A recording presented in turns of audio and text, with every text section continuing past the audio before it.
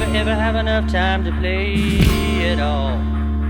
You know everybody wants to walk in someone else's shoes. Everyone's forgotten who they are. Such a crime to waste his time away. Hello, and welcome to a hot, blustery September 17th day. I've gotten started working on Silver Gulch, the Trackwork, and I have got the cork laid on the sheet of plywood, and I've got a little issue here that I'm going to have to deal with, so I'll share that. So you can see that I've got a nice bow in my 1/2-inch plywood, which, you know, is, I guess you would say, a problem in my choice of plywood, but it is what it is. I'm gonna make it work one way or another.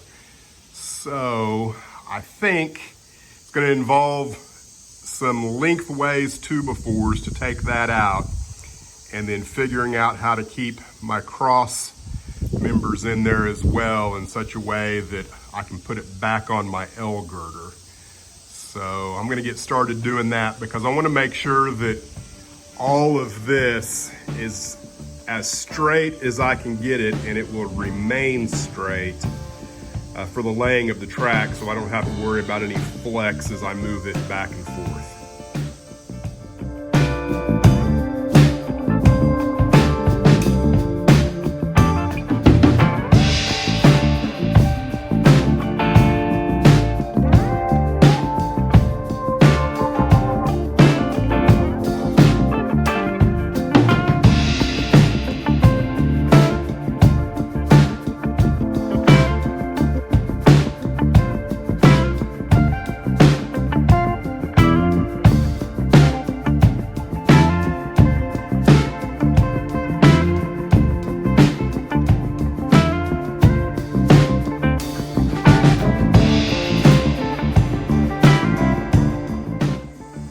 So let me discuss what I'm planning on doing in here with my cross joists. If you've been with the channel long enough, then you'll remember how I did this on the staging yard. So I'm going to do the same thing where I'm going to create risers with this plate that allows me to attach it to a cross joist, and that will get glued in place right there where I know my cross joist needs to be.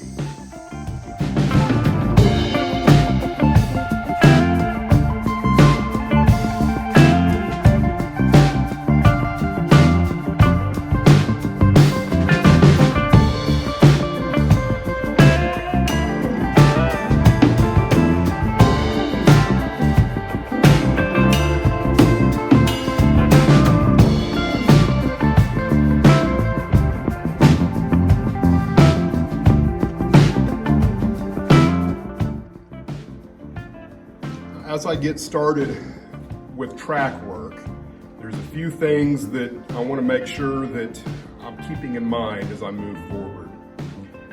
One is that this is the 60-inch by 32-inch diverging route turnout. And so it's untested. I have not run an engine across it yet to see whether or not it's going to work. This was made on a Blue Ridge jig. And then I also have a number 4, which I have not tested any of my locomotives on. So I thought before I do, any permanent track work that involves this and a number 4, I ought to run a train across them and kind of see if they're going to work well. And another point of consideration that as I go forward, I want to do something with the track itself. I think I'm going to lose like maybe between 4 and 6 ties in a run of like 36 inches. Just kind of depends. That way I can kind of skew some ties here and there. Not everything looks uniform, and it'll look a little more hand laid, even though it's not going to be hand laid. I decided I wasn't going to hand lay anything. And another thing that I decided is I'm not going to go to the added expense of getting the Fast Tracks, I forget what they call them, the wooden ties that you glue on top of. Instead, my plan is to go in with actual wood ties everywhere, and then of course I'll pre-stain them and then glue them in that way. So that's what I'm doing. I think the first locomotive that I'm going to mess with first is number 453. I'm going to try it first with a Blackstone, and then I'm going to try my most fiddly brass locomotive, which is the 492. That's the one that doesn't like to back over anything. I figure if I can back across these with it, then it probably will be good enough for everything else. So here goes nothing.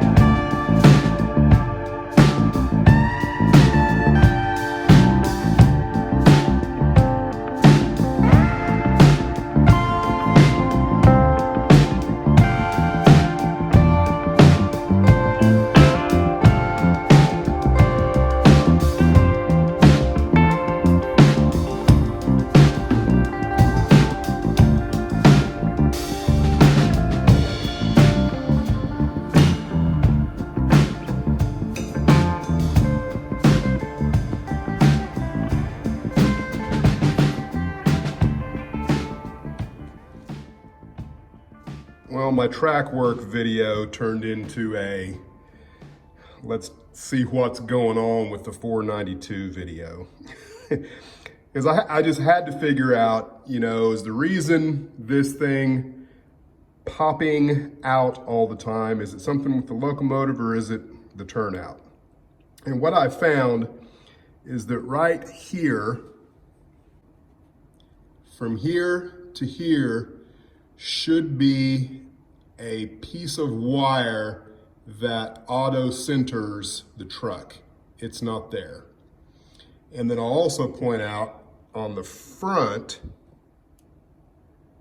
here is there's a spring underneath here, and there is a spring, but that should be pushed up to the top of that screw there. So the spring there is doing nothing. And then the final thing that I found is that my wheels were so full of gunk that I'm not sure that they were sitting down inside the rails and that the flanges were doing an adequate job. So I think the combination of really filthy wheels and the lack of a centering pin here is the bigger problem. I didn't save all of it, but here's some of what was built up on the back truck wheels. I'm gonna try it one more time and see what happens, and if I still get a derailment, I may go ahead and just decide to ixnay the number 4 and only go with a number 6, because this locomotive worked fine on all my number 6s down there in my storage yard.